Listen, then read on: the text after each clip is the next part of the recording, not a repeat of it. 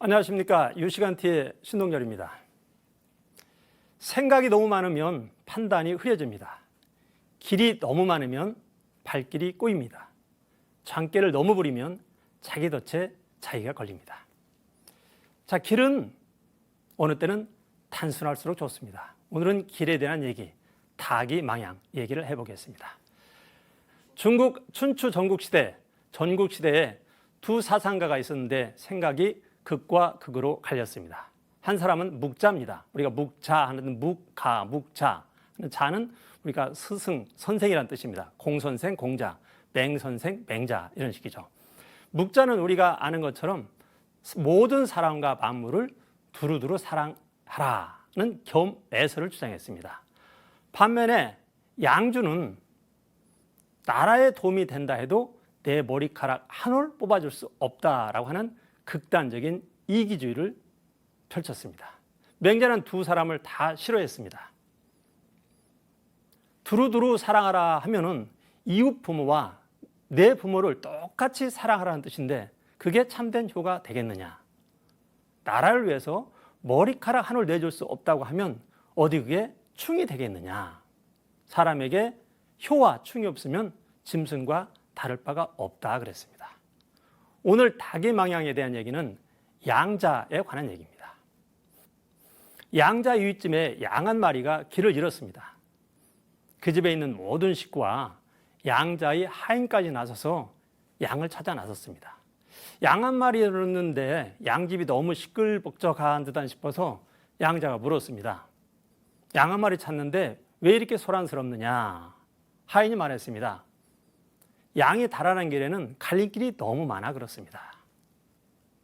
시간이 지나서 온 식구들이 돌아왔는데 지친 기색은 완연했지만 양은 없었습니다. 양을 찾았느냐? 찾지 못했습니다. 어찌된 이유냐? 찾아가 보니 큰 길에 갈림길이 있고 갈림길에 또 갈림길이 있어서 양을 찾을 수가 없었습니다. 양자가 그 말을 듣고 얼굴에 수심이 가득한 표정을 지으며 그날 하루 종일 말을 하지 않았습니다.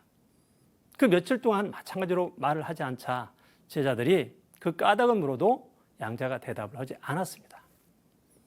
그 며칠 후에 양자의 한 제자가 자기가 잘 아는 선배를 찾아가서 그 까닭을 물었습니다. 그 선배가 그랬습니다.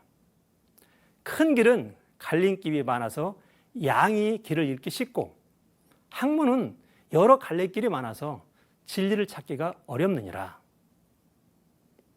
원래 근본은 하나인데 그 끝이 이렇게 갈라졌다.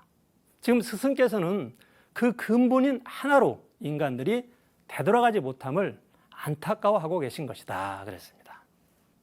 자, 세상의 갈림길, 세상의 고비길 참 많습니다. 인생이라고 하는 시간에 우리가 모든 길을 다 갈 수는 없습니다. 버릴 길과 취할 길을 가는 것이 지혜이고 또 그렇게 사는 것이 바르게 인생을 사는 것인지도 모릅니다. 자, 그런데 요즘 어떻습니까? 내 길을 가야 하는데 내 길을 보지 않고 주변의 길만 곁눈질하다 정작 내 길을 놓치는 사람들이 너무나 많습니다. 취하고 버려야 될 것의 기준이 내가 돼야 되는데 이웃, 사회, 제도가 되는 경우가 너무 많습니다. 사실 많은 세상의 길을 줄여서 내 길을 간다는 것이 쉽지는 않습니다.